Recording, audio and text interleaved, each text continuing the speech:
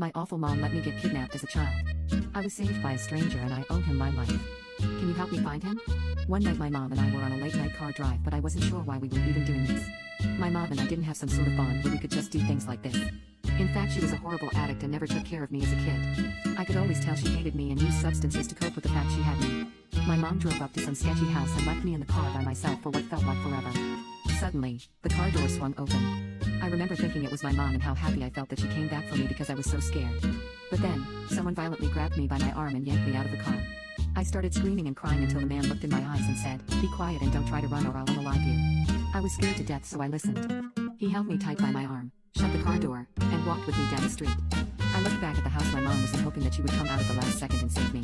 I looked at the house as long as I could as the man dragged me further and further away. I knew my mom didn't like me, but even she couldn't be so cruel as to not rescue her child, right? I mean, I was only 6 and just wanted to be loved.